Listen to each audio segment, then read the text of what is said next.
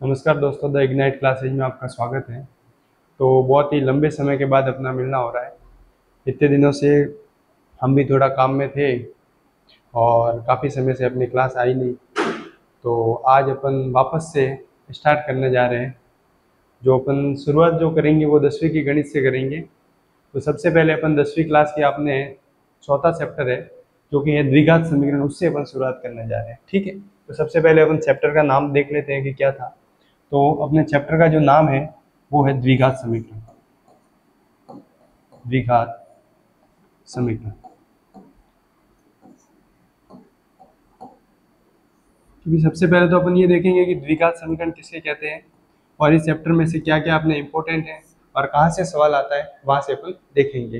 वैसे मैं आपको पहले से बता दूं कि ये जो चैप्टर है अपने 10वीं क्लास का और 70% कोर्स काटने के बाद में जो ये चैप्टर है वो कितने नंबर का है? अपने 4 नंबर का है। उसमें से अपने 4 नंबर का एक क्वेश्चन आएगा आपके। 4 नंबर का कितना क्वेश्चन आना है? एक क्वेश्चन। तो पहले अपन प्रश्नावली के बारे में थोड़ा सा जान लेते हैं कि क्या है, द्विघात समीकरण किसे कहते हैं, और उसके बाद में अपन आगे बढ़ेंगे। चलिए, तो सबसे पहले देखते हैं कि द्विघात समीकरण किसे कहते हैं। तो द्विघात समीकरण अपन देखा जाए तो एक ऐसी समीकरण, कोई भी समीकरण लिखी हुई हो सकती है, एक ऐसी समीकरण जिसमें समीकरण की घात होगी वो आपको 2 दिखाई देगी और चर राशि की संख्या है वो 1 होगी। कैसे? जैसे कि फॉर एग्जाम्पल के लिए मैं दिखाऊं आपको कि x square plus 2x plus 7 और बराबर में क्या है? 0। तो ये एक द्विघात समीकरण बन गई।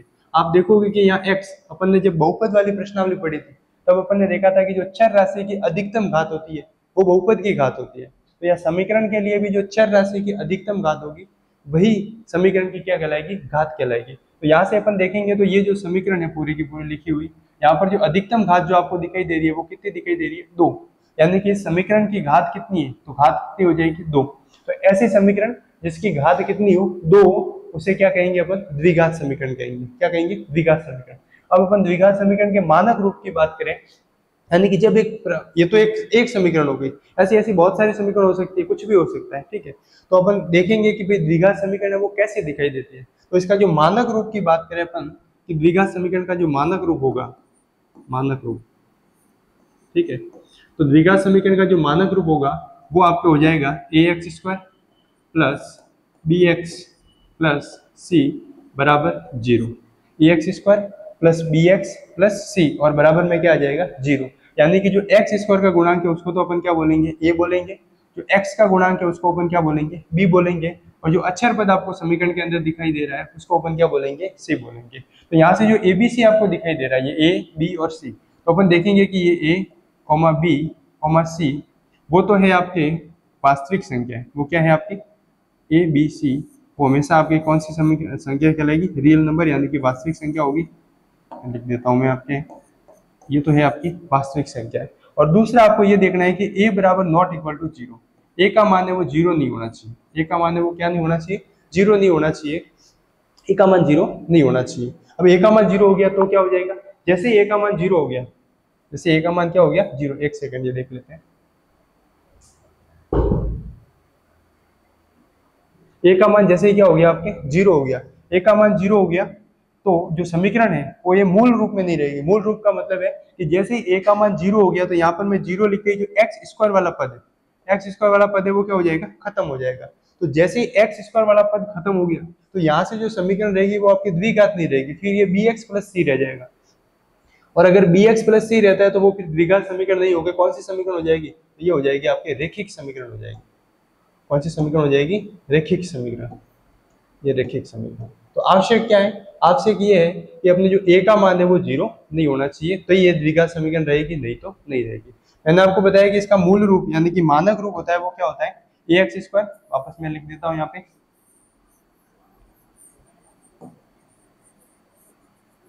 जो इसका मूल रूप होता है वो आपका होता है ax² प्लस bx और प्लस में c और बराबर में क्या है? 0। ये द्विघात समीकरण का क्या होता है? मूल रूप होता है या मानक रूप होता है। ठीक है, आगे जब अपन देखेंगे तो मैं आपको बता दूं कि समीकरण जो होती है वो कुछ निश्चित मानों के लिए सत्य होती है। यानी कि x, यहाँ पर जो समीकरण है या x का गुणांक दिख रहा है तो x के कुछ निश्चित मानों के लिए सत्य होगी।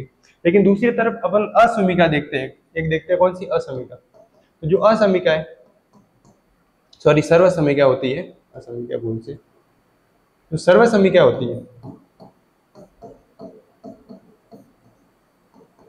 जो सर्वसम्य क्या होती है वो सभी पदों के लिए या फिर सभी मानों के लिए सत्य सिद्ध होती है, लेकिन जो समीकरण होती है वो कुछ निश्चित मानों के लिए सत्य सिद्ध होती है। ये आपको देखना है एक तो कि समीकरण होती है वो कुछ निश्चित मानों के लिए सत्य सिद्ध होती है, ठीक है। फिर जो समीकरण के हल आएंगे, यानी कि यहाँ से x का कोई ना कोई मान निकलेगा, जैसे अपन समीकरण को हल करेंगे तो जो x का मान निकलेगा उसको अपन कहते हैं समीकरण के मूल कहते हैं। क्या कहते हैं?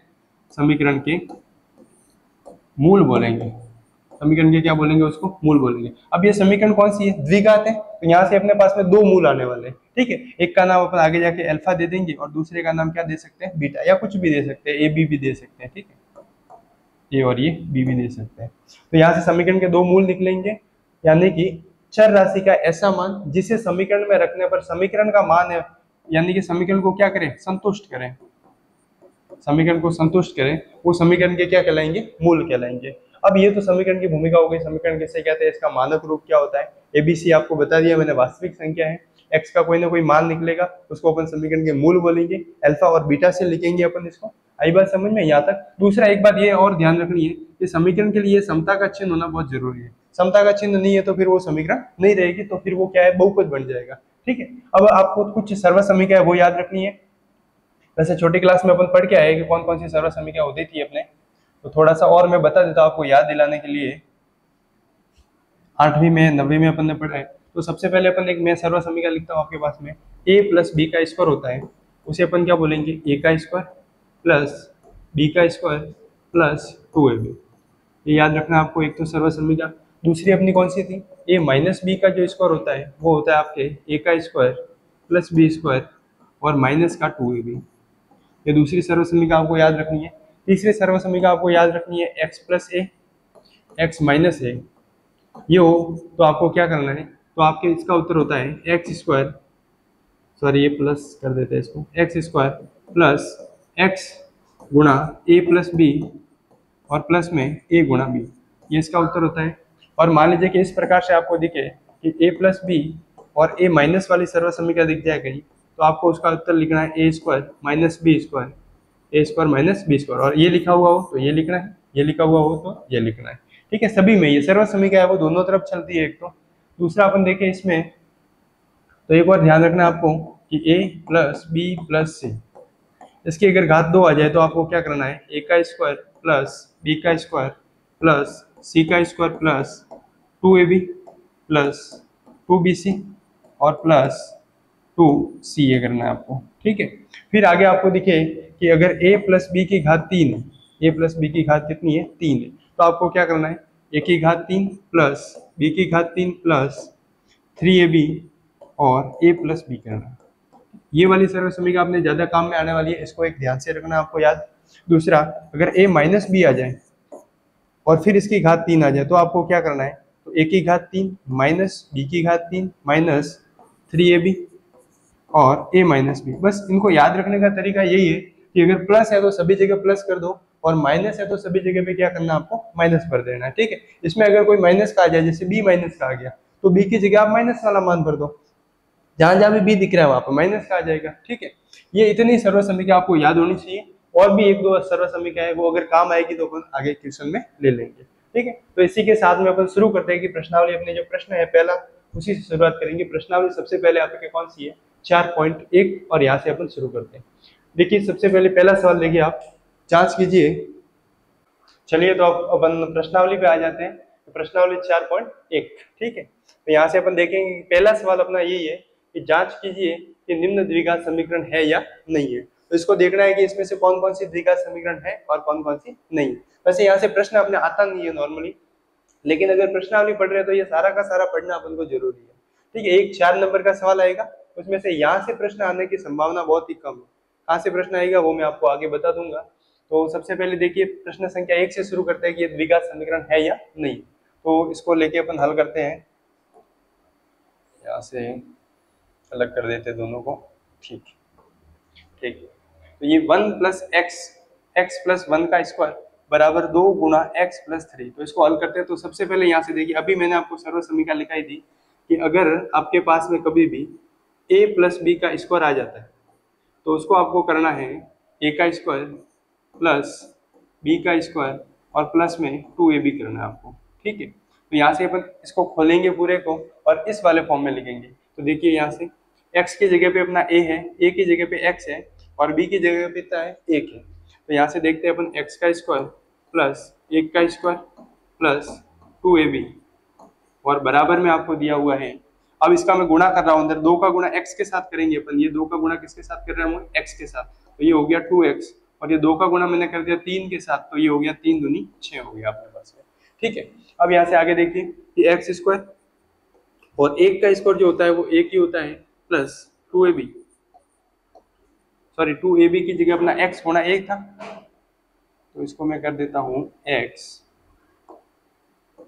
और गुणा में 1। ठीक है, तो x का गुणा 2 से हो गया अपना, हो गया 2x और यहाँ से बराबर में देखिए आप 2x और प्लस में 6। अब यहाँ से देखते हैं, अगर आप चाहो तो यहाँ से देखो डायरेक्ट काट सकते हो, लेकिन आप चाहो तो इसको पक्षांतरण भी कर सकते हो। जैसे ये प्लस का 2x से प्लस का 2x है वो कैंसिल हो जाता है, इसको निरसन नियम भी कहते हैं। लेकिन यहाँ से अगर आप नहीं काटो तो आप ऐसा करना, इसको सिंपली इधर लेके आ जाओ। यहाँ से नहीं काटना है, आपको समझ में नहीं आ रहा है तो आप क्या करो, एक्स स्क्वायर प्लस 1 प्लस का 2x और इसको मैं इधर लेके आ गया तो ये माइनस का 2x और ये प्लस का कितना हो गया 6। अब यहाँ से देखिए ये प्लस का ये माइनस का कट गया। आप चाहो तो यहाँ से डायरेक्ट भी काट सकते थे। ठीक है, तो यहाँ से अपने पास में क्या आ गया, एक्स स्क्वायर प्लस 6 और ये 1 कितना हो गया 7 और बराबर में कोई नहीं है, इसका मतलब क्या लिखूंगा मैं, 0 लिखूंगा। तो क्या ये द्विघात समीकरण है? तो अपन को मैंने आपको बोला था कि a का मान 0 नहीं होना चाहिए, यानी कि एक्स स्क्वायर का जो गुणांक है उसका मान कभी भी 0 नहीं आना चाहिए। उसका मान 0 आ रहा है तो द्विघात समीकरण नहीं है, और उसका मान कुछ ना कुछ आ रहा है तो देखिए एक्स स्क्वायर का गुणांक कौन है, कोई नहीं है, 1 है। तो a का मान कितना आ जाएगा, यहाँ से 1 आ जाएगा, इसका मतलब ये द्विघात समीकरण है। तो आप इसके नीचे लिखोगे कि यह द्विघात समीकरण है। ठीक है, अब दूसरे पे आ जाते हैं। देखिए दूसरा सवाल क्या है, इसको देखिए यहाँ से थोड़ा सा इधर ले लेते हैं इसको। ठीक है, अब यहाँ से देखिए इसको मैं हल कर रहा हूँ, तो यहाँ से देखिए एक्स स्क्वायर माइनस का 2x और यहाँ से बराबर में मैंने 2x अंदर गुणा कर दिया, इसका 2 का 3 के साथ में कर दिया, 3 दूनी कितना हो गया 6, माइनस का माइनस माइनस हो गया प्लस और ये 2x। अब आगे देखिए आप, अब वापस पक्षांतरण कर देते हैं, एक्स स्क्वायर माइनस 2x और इधर आ गया तो ये भी किसका हो गया, माइनस का 2x और ये 6 उधर आके प्लस का हो गया और बराबर में क्या आ गया 0। तो देखिए यहाँ से एक्स स्क्वायर ये कितना हो गया, माइनस का 4x प्लस का 6 और बराबर में 0। अब देखिए यहाँ से एक्स स्क्वायर वाला पद है कि नहीं इसमें, तो ये रहा एक्स स्क्वायर वाला पद, इसका मतलब ये भी एक बहुपद सॉरी द्विघात समीकरण है। अगर एक्स स्क्वायर वाला पद खत्म हो रहा है तो नहीं है। यहाँ तक ठीक है, दोनों सवाल हो गए अपने। अब तीसरे पे आ जाते हैं, तो आगे वाला देखिए आप यहाँ से। तो तीसरा सवाल देखिए आप, इसमें देखिए मैं गुणा कर रहा हूँ, तो सबसे पहले अपन बंटन नियम लगाएंगे, यानी कि x का गुणा दोनों के साथ करूंगा मैं यहाँ से। ठीक है, तो देखिए x का x के साथ में किया तो क्या आ जाएगा आपका एक्स स्क्वायर आ जाएगा, और x का 1 के साथ में किया तो x आ गया। फिर दूसरी बार मैंने 2 का गुणा x के साथ में किया और 2 का गुणा मैं 1 के साथ में करूंगा। 2 का गुणा x के साथ में 2x और 2 का 1 से करूंगा तो 2 बराबर, इसको थोड़ा नीचे लेके x का गुणा x के साथ में x स्क्वायर, x का गुणा 3 के साथ में 3x, 1 माइनस का x और ये माइनस का 3 हो गया। ठीक है, पहले x का गुणा दोनों के साथ में किया अपन ने, फिर माइनस 1 का गुणा दोनों के साथ में किया।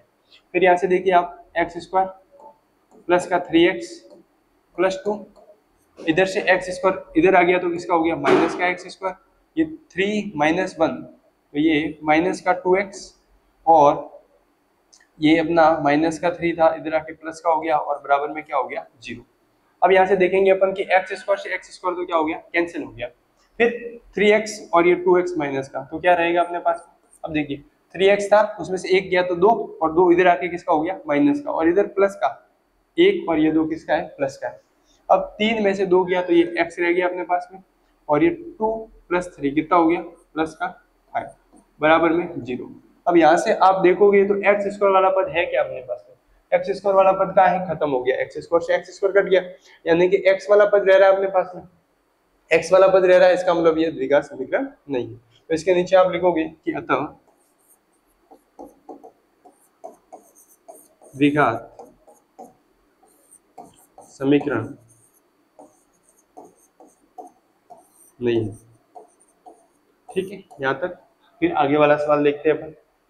अब ये वाला देखो, इसमें भी बंटन नियम लगेगा। तो x का गुणा सबसे पहले मैं 2x के साथ करूंगा, बोलो कितना हो गया 2x स्क्वायर। x का गुणा 1 के साथ में किया x, फिर 3 का माइनस के 6x, फिर 3 का 1 से किया तो माइनस का 3 बराबर x स्क्वायर और प्लस का 5x। यहाँ तक ठीक है। अब यहाँ से देखिए ये x स्क्वायर इधर आ गया, ये 2x स्क्वायर माइनस का x स्क्वायर और ये प्लस का x और ये माइनस का 5x और ये माइनस का 6x और ये माइनस का 3 और बराबर में क्या है 0। अब इसको ठीक करते हैं, दो में से एक को घटा दो, कितना रह जाएगा आपके पास में x स्क्वायर। यहाँ से देखिए 5 और 6 कितना 11 और 11 में से एक गया तो माइनस प्लस के क्यों, माइनस की संख्या बड़ी है तो किसका आ जाएगा माइनस का 10x, 11 और 1 गया माइनस का 3 और बराबर में क्या आ जाएगा 0। तो बताइए ये द्विघात समीकरण है क्या, बिल्कुल। इसमें x स्क्वायर वाला पद आ रहा है, इसका मतलब ये भी द्विघात समीकरण है। आगे वाला देखिए 5वां सवाल देखिए आप। अब यहाँ से मैं गुणा कर रहा हूँ इसका दोनों के साथ, बोलिए x का 2x का x के साथ 2x स्क्वायर, 2x का 3 के साथ में 6x माइनस का x और माइनस माइनस क्या हो गया प्लस का 3। इधर बराबर में देखिए आप x का x के साथ में करो x स्क्वायर, x का 1 के साथ में करो माइनस का x, 5 का x के साथ में प्लस का 5x और 5 का माइनस 1 के साथ में किया तो माइनस के 5। अब यहाँ से देखिए आप 2x स्क्वायर इधर आ गया तो माइनस का x स्क्वायर, इधर देखो 6 और ये 1 कितना हो गया 7x, तो ये लिख दिया मैंने माइनस का 7x और इधर से देखिए 5 और 5 में से 1 को घटा दिया तो कितना रहेगा प्लस का 4 उधर आ गया तो अपने पास में माइनस का 4, प्लस के 3 है अपने पास में, 5 माइनस के हैं ये देखो यहाँ रहे और इसको मैं इधर लेके आऊंगा तो किसके हो जाएंगे ये प्लस के हो जाएंगे, ये प्लस के 5 बराबर में क्या रह जाएगा अपने पास 0। अब आगे देखिए 2x स्क्वायर और उसमें से अपन x स्क्वायर को क्या कर देते हैं घटा देते हैं, तो 2 में से 1 गया तो कितना रह जाएगा अपने पास में 1x स्क्वायर रह जाएगा, ठीक है। और ये 7 और ये 4 ये भी माइनस का ये भी माइनस का, दोनों क्या हो जाएंगे जुड़ जाएंगे, ये माइनस का कितना हो जाएगा 11x हो जाएगा। अब 5 और 3 को जोड़ो आप कितना हो जाएगा प्लस का 8 हो जाएगा और बराबर में क्या आ गया 0। तो बताइए क्या ये द्विघात समीकरण है क्या, तो बिल्कुल इसमें भी x स्क्वायर वाला पद है, यानी कि ये भी द्विघात समीकरण है। आप लिखोगे अतः द्विघात समीकरण, ठीक है। अब नेक्स्ट आगे वाला देखिए 6वां सवाल देखिए आप, x square plus 3x plus 1, तो यहाँ तो ठीक है अपने खोल के दे दिया इसने ऑलरेडी, और यहाँ देखिए आप ये a और ये क्या दिख रहा है आपको b, तो जब a माइनस बी का स्क्वायर आता है तो अपन क्या करते हैं, तो होल स्क्वायर को इसको खोलेंगे तो अपने पास में सर्व समीका है कि a माइनस बी का स्क्वायर, तो इसको खोल दो a का स्क्वायर प्लस b का स्क्वायर माइनस 2ab आ जाएगा, ठीक है। इसको अपन खोल देते हैं तो यहाँ से देखिए ये वाला तो ऐसा का ऐसा रख देते हैं अपन कि x square plus 3x plus का 1 और बराबर में देखिए यहाँ से इसको खोल देता हूँ मैं, तो x का स्क्वायर प्लस 2 का स्क्वायर होता है 4 माइनस 2 गुणा x और गुणा में 2, इसको खोल दिया अपन ने a माइनस बी के स्क्वायर से, ठीक है। यहाँ से देखिए आप x स्क्वायर, ये x स्क्वायर प्लस का उधर आ गया तो किसका हो गया माइनस का। अब देखिए यहाँ से ये 3x और इधर से देखो आप 2 दूनी कितना हो गया 4x माइनस का और इधर आ गया तो किसका हो जाएगा प्लस का, ये 4x।